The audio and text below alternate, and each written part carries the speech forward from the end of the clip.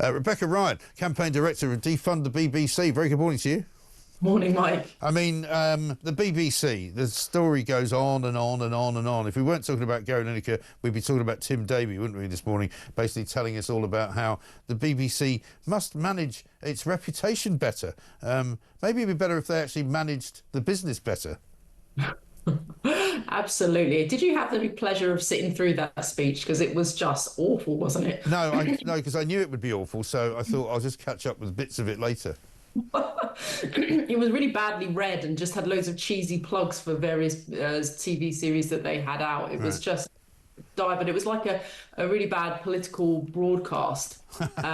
About how amazing the BBC was. It was just awful. And the thing is, they've used this data to say that the BBC is the most trusted, but actually they haven't used, and this is what the BBC does well, is it spins things, obviously. They haven't used the net trust data, and actually the BBC is less trusted on a net trust basis than ITV and Channel 4. So they're kind of pushing this fact that everybody trusts the BBC to basically ask for more money when actually British taxpayers want to pay them less. Every time we have polls on this, at least 2/3 of the country want to get rid of the TV license.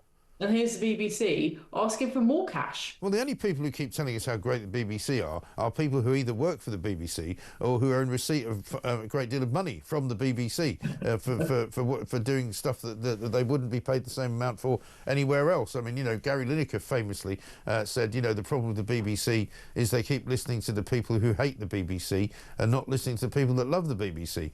Well, he's wrong about that, as he is about pretty much everything else. And as we proved yesterday, he either doesn't know how stupid he is, or he's that stupid he doesn't know, or he's a very clever man who thinks we're all stupid. I don't know which one of those three things it is.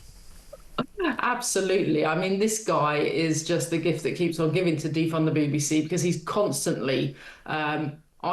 is he messing up, or is he just really good at getting his name in the headlines? Maybe that's what it is. Maybe he actually just likes pushing these causes. And, I wonder if there comes a point, and maybe that point came yesterday, when he realises that, sometimes being in the headlines for the wrong reasons is actually going to damage your career. Yeah, I think he realises now, doesn't he, that he's pushed it a little bit too far. I don't know how he doesn't know that calling Jews rats isn't. We all learned this in secondary school, didn't we? During history classes, we saw all the Nazi propaganda. Exactly what it means. So was he asleep during those lessons?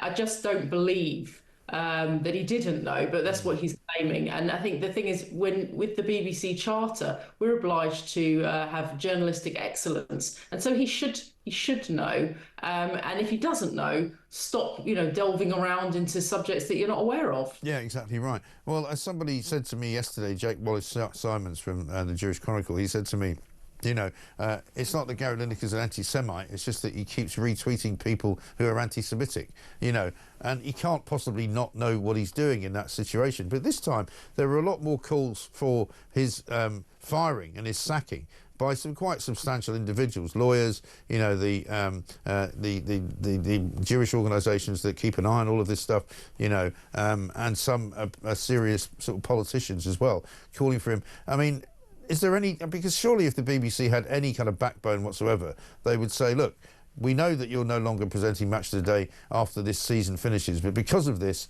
we're actually going to pull the plug now. And they would gain an awful lot of kudos for that.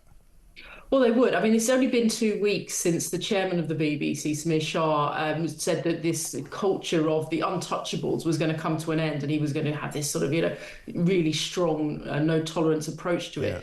So absolutely, prove it, and get rid of him. Pull the plug on it now, because he is a prime. Gary Lineker is a prime example of this untouchable.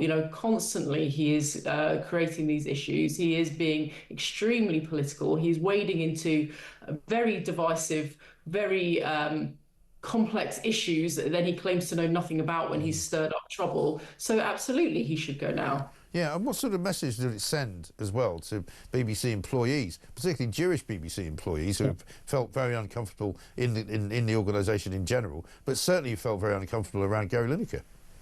Absolutely, it does send a message to them that the BBC doesn't, doesn't value them, doesn't care about, protecting them, because this, like I said, is a really divisive issue. It's really dangerous, as we saw in London Yeah. after the attacks on Israel, that it was very, very volatile. And then you have this individual, the highest paid, who is just wading through. And as you said, you can't go looking through at those tweets without realizing that there's a huge amount of anti-Semitism. And it's just happily retweeting things or reposting things. Yeah. It's not good enough. No, I know. Absolutely isn't good enough. Thank you very much indeed. Rebecca Ryan, campaign director of Defund the BBC.